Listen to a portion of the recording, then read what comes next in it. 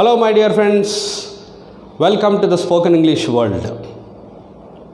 ఒక టాపిక్, ఏం టాపిక్ అది? ఎప్పుడూ రెగ్యులర్గా డిస్కస్ చేసుకునే టాపికేనా? కాదు, ఈరోజు కొంచెం వేరేగా ఉంటుంది టాపిక్ అది. సరే, మరి ఆ టాపిక్ ఎంత ఇంపార్టెంట్ అని చెప్తే, టాపిక్ అయితే మనకు ఉంటుంది మై డియర్ ఫ్రెండ్స్. కాకపోతే ఆ టాపిక్ని మనం యూజ్ చేసేది ఎంత అనుకుంటే, మనం 100% ఇంగ్లీష్ అనుకుందాం. 100% ఇంగ్లీష్. ఇందులో మనము ఆ టాపిక్ని యూజ్ చేసేది ఎంత, యూజ్ చెయ్యంది ఎంత అనుకుందాం. ఆ టాపిక్ని మనం యూజ్ చెయ్యంది ఎంత అంటే మై డియర్ 85 to 95%. 85% to 95% మనము యూజ్ చెయ్యము. ఆ టాపిక్ని మనం యూజ్ చేసేది ఎంత అంటే 5% to 15% మనము యూజ్ చేస్తాం. అంటే అర్థం ఏంటి? 85 to 95% వరకు మనము యూజ్ చెయ్యము. మనము జనరల్గా అది లేకుండానే మాట్లాడతాం.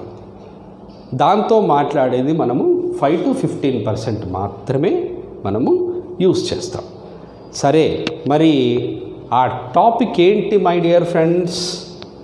ఒకవేళ ఆ టాపిక్ ఏంటి అని అనుకున్నామనుకోండి, ఆ టాపిక్ని రాసిన తర్వాత మీకే అర్థమవుతుంది. దట్ ఈస్ నథింగ్ బట్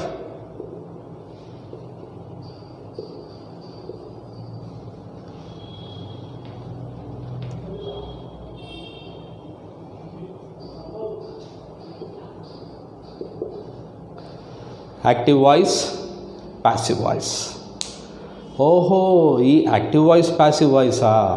అవును, మరి యాక్టివ్ వాయిస్ ప్యాసివ్ వాయిస్ రెండు కూడా డిఫరెంట్ సెంటెన్సెస్. యాక్టివ్ వాయిస్ ఒక సెంటెన్స్ ఉంటుంది, ప్యాసివ్ వాయిస్ ఒక సెంటెన్స్ ఉంటుంది.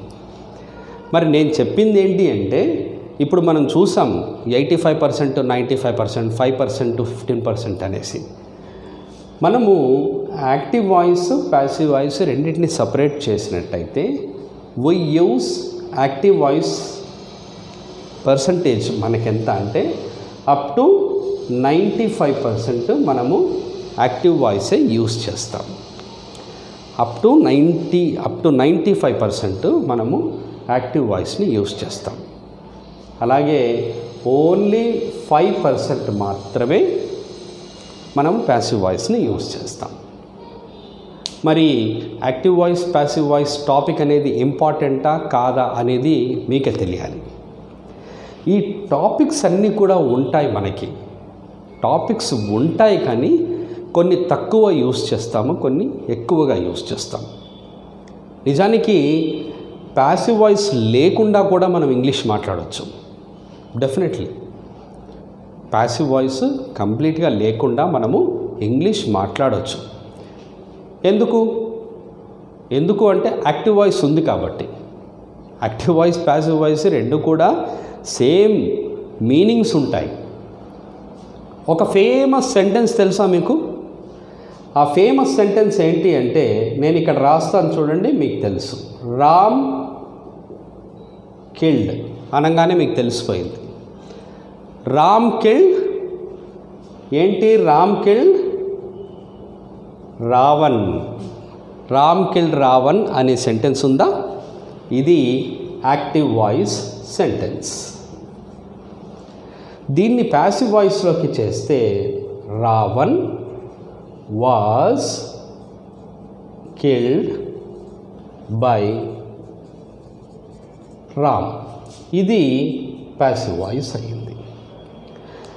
రామ్ కిల్డ్ రావణ్కి, రావణ్ వాజ్ కిల్డ్ బై రామ్కి డిఫరెన్స్ ఏంటి అంటే, రామ్ అనే దాంట్లో రాముడి యాక్షన్ని చెప్తున్నాము.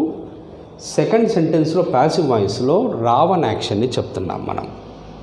అంటే రాముడు రావణుని చంపాడు అని యాక్టివ్ వాయిస్లో చెప్తే, రావణుడు రాముడి చేత చంపబడ్డాడు అని ప్యాసివ్ వాయిస్లో చెప్తున్నాము.